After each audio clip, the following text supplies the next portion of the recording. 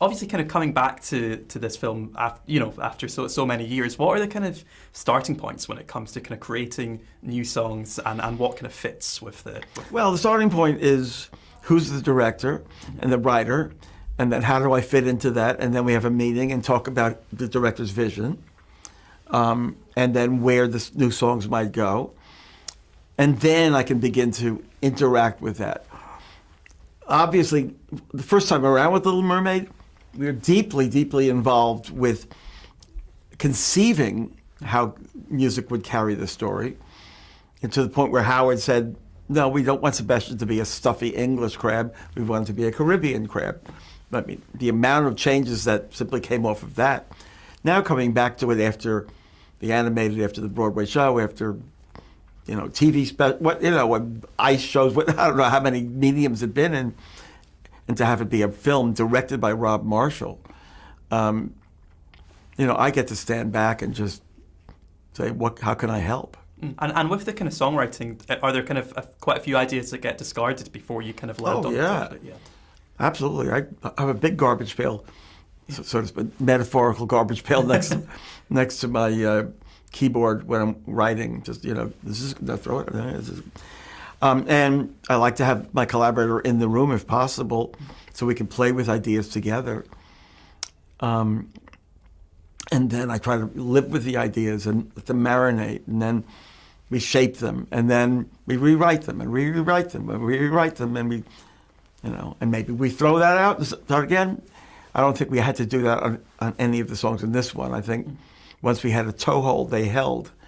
Although there's one we ended up cutting, which is Impossible Child, the song for Triton, only because it really worked for the scene, but it added too much weight in that particular part of the film. Yeah. So it's all about like I call it, sometimes I call it the eye test process, which is this better? Is this better? Is this better? Is this better? And always revisiting. Yeah. And one of the new songs that I particularly want to talk about is the kind of scuttlebutt rap.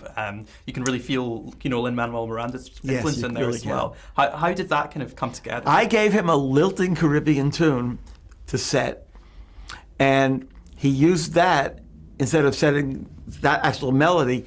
He used that as an underpinning to a rap that he rapped over it, but using segments of the music underneath it, which was so disarming and and delicious. And it just was, I go, yeah, absolutely. I think, having one of those is perfect.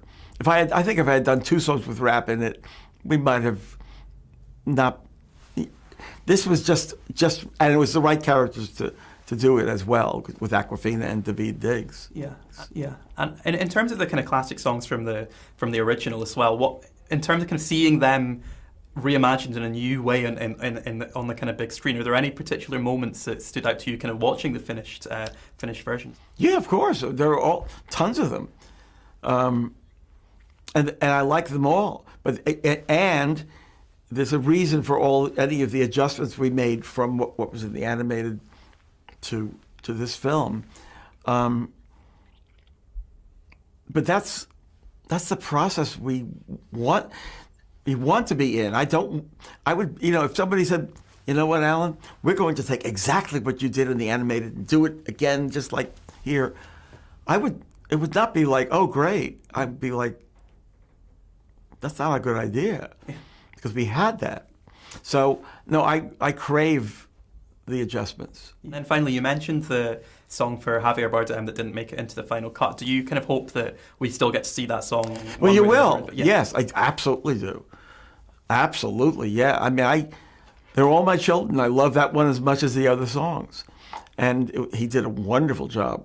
So yes. Yeah. Well, emphatic yes. Yeah. Well,